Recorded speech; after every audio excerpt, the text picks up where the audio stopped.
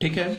अच्छा, इसको मैं तुम्हें बताता हूँ, ध्यान देखो। अच्छा, सबसे पहले एक बात ये बताना था कि जैसे करके मैं ये जो पेज है ना इसको थोड़ा टिल्ट करके लिखता हूँ, बिकॉज मैं लिखने के लिए ना बिल्कुल ऐसे करके ये वर्टिकल लिखने में प्रॉब्लम होती है।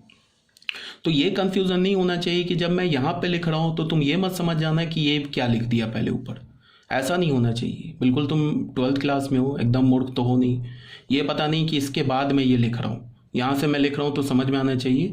बहुत से डिफरेंट टाइप के बच्चे होते हैं, जैसा नहीं सोचोगे वैसे टाइप के बच्चे भी मिलते हैं। तो वो ये ऐसा नहीं बोलो कि सर ये लिख दिया फिर ये मिसमैच नहीं होना चाहिए। ये अलग पेज है ना, देख लो ये अलग पेज है, जुड़ा हुआ नहीं है इसके साथ, ये मैं अलग लेके लिख रहा हूँ, इसमें मिसमैच नहीं करना। तो मतलब कि जब मैं इस पेज पे लिख रहा हूँ ना ब्लैंक पेज, तो इसको देखो ही नहीं। ये जो दिख रहा है तुम्हें, ये पोर्शन दिख रहा है, इसको देखना ही बंद कर दो, तुम सिर्फ इसी पेज को देखो। ठीक है, बिल्कुल ऐसे करके लिखना थोड़ा प्रॉब्लमेटिक है, ऐसे करके लिखना। ठीक है, बात समझ में आ गई। अब जरा सुनो ध्यान से। ये ए मैट्रिक्स मैंने क्या ले लिया, एक स्क्वायर मैट्रिक्स ले लिया, n बाई एन ऑर्डर का स्क्वायर मैट्रिक्स ले लिया। तो अब क्या बोला जा रहा है कि ये ए एक स्क्वायर मैट्रिक्स है, तो इसको मैं सिमेट्रिक मैट्रिक्स और स्क्यू सिमेट्रिक मैट्रिक्स के टर्म में ऑलवेज रिप्रेजेंट कर सकता हूं। वो कैसे? पहले तुम ऐसे देखो, ए को क्या मैं ऐसे लिख सकता हूं, half A plus A transpose plus half A minus A transpose, ऐसे लिख सकता हूँ। इसको तुम अगर मल्टीप्लाई करोगे तो हाफ ए प्लस हाफ ए मिलके ए बन जाएगा, जो कि लेफ्ट हैंड साइड है।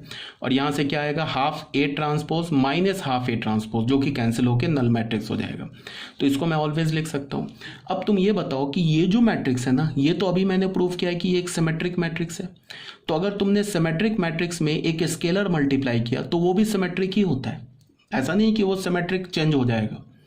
तो सिमेट्रिक में स्केलर मल्टीप्लाई करोगे तो सिमेट्रिक होगा, स्क्यू सिमेट्रिक मैट्रिक्स में स्केलर मल्टीप्लाई करोगे तो वो भी स्क्यू सिमेट्रिक मैट्रिक्स ही होगा।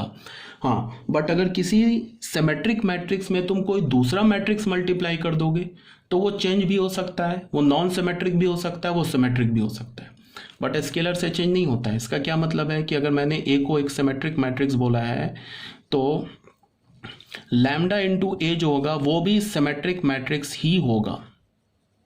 अगर ए को मैंने स्क्यू सिमेट्रिक बोला है, स्क्यू सिमेट्रिक मैट्रिक्स बोला है, तो जो हमारा लैम्डा इंटू ए होगा वो भी स्क्यू सिमेट्रिक मैट्रिक्स ही होगा। ये बात बोला जा रहा है, ठीक है ना। तो अब ये बताओ, ए प्लस ए ट्रांसपोज ये सिमेट्रिक हो गया, तो हाफ मल्टीप्लाई किया तो ये भी पूरा सिमेट्रिक, ये स्क्यू सिमेट्रिक हो गया, अभी प्रूफ किया है, तो ये भी पूरा स्क्यू सिमेट्रिक। तो ए को हमने क्या लिख दिया, symmetric plus skew symmetric matrix के टर्म में मैंने रिप्रेजेंट कर दिया। तो यही बात बोला जा रहा है। इस पर मैंने ऑलरेडी बता दिया कि जेके बोर्ड में, सीबीएसई बोर्ड में या तो लॉन्ग में या तो शॉर्ट में एक क्वेश्चन पूछ देते हैं। ठीक है, तो उसको याद रखना। तो ये हमारा हो गया नोट नंबर 3। अब आ जाओ नोट नंबर 4 में। ये नोट नंबर 4 जो है थोड़ा बड़ा है, इसमें इसके कई सारे डिफरेंट ये है आपको पॉइंट्स हैं। तो इसमें क्या है कि कोई ये एज सच रटना नहीं है, बिल्कुल लॉजिकली बेस्ड है, वो इसको ध्यान से समझ लो। क्या बोल रहा है यहाँ पे कि A and B are square matrix of same order if both are symmetrics. A और बी को बोल रहा है क्या कि स्क्वायर मैट्रिक्स है सेम ऑर्डर का, अगर दोनों सिमेट्रिक है तो A plus B is a symmetric matrix. पहले में आ जाओ, ठीक है। क्या बोले यहाँ पे, ए और बी अगर स्क्वायर मैट्रिक्स है, नोट नंबर 4 को समझाने के लिए, ए और बी को हमने क्या बोला, ये एक स्क्वायर मैट्रिक्स है सेम ऑर्डर का। तो क्या बोल रहा है कि ए प्लस बी जो है हमारा, ए और बी स्क्वायर मैट्रिक्स है, सिमेट्रिक मैट्रिक्स नहीं है। तो यह क्या बोल रहा है कि ए प्लस बी जो होगा वो भी हमारा क्या होगा, अच्छा ए बी जो स्क्वायर भी है और सिमेट्रिक भी है। देखो गिवन है यहाँ पे, देखो square matrix of same order and if both are symmetric matrix, यहाँ गिवन है ना। तो इसका मतलब ए और बी स्क्वायर मैट्रिक्स है और साथ में सिमेट्रिक भी है, सॉरी। तो हम अगर ए और बी को स्क्वायर और सिमेट्रिक है तो ए ट्रांसपोज को ए लिख सकते हैं एंड बी ट्रांसपोज को क्या लिख सकते हैं, बी लिख सकते हैं, कोई प्रॉब्लम नहीं है। तो क्या बोल रहा है कि ए प्लस बी जो होगा ये भी एक सिमेट्रिक मैट्रिक्स ही होगा। तो देख लो, ए प्लस बी का ट्रांसपोज लेंगे तो क्या मिल जाएगा हमें, a transpose b transpose. A transpose को यहाँ से क्या लिख सकते हैं, बी ट्रांसपोज को यहाँ से क्या लिख सकते हैं, बी। तो देख लो ए plus B transpose is equal to A plus B. तो यहाँ से हमें क्या पता चल गया, A plus B is a symmetric matrix.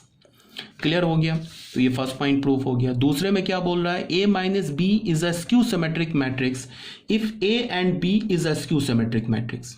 अब यहां पे फिर थोड़ा चेंज हो गया कि अगर ए और बी स्क्यू सिमेट्रिक मैट्रिक्स है तो ए माइनस बी भी स्क्यू सिमेट्रिक मैट्रिक्स होगा।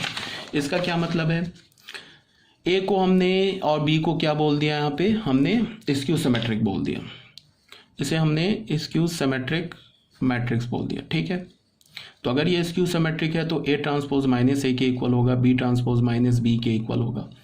तो यहाँ पे क्या बोल रहा है, ए माइनस बी जो मैट्रिक्स है ये भी स्क्यू सिमेट्रिक मैट्रिक्स ही होगा। देख लेते हैं, ए माइनस बी का ट्रांसपोज लिखा तो ये क्या होगा, a transpose minus B transpose, ऐसे हो गया। अब ए ट्रांसपोज को तुम यहाँ से क्या लिख सकते हो, माइनस ऑफ ए, माइनस तो है ही। अब बी ट्रांसपोज को क्या लिख सकते हो, माइनस ऑफ बी। तो यहाँ से हमें क्या पता चल गया, A plus B minus A plus B. इससे तुम कॉमन ले लो तो ये क्या हो जाए, माइनस कॉमन लिया तो ए माइनस बी। तो हमें क्या मिल रहा है, A minus B transpose is equal to minus A minus B. तो देख लो यहाँ से मिल रहा है ना हमें, या फिर इसको आप ऐसे लिख लो, A minus B is equal to minus A minus B transpose. तो हमें मिल गया ना, ए माइनस बी खुद अपने ट्रांसपोज के निगेटिव के इक्वल है। तो यहाँ से हमें क्या पता चला, A minus B is a skew symmetric matrix.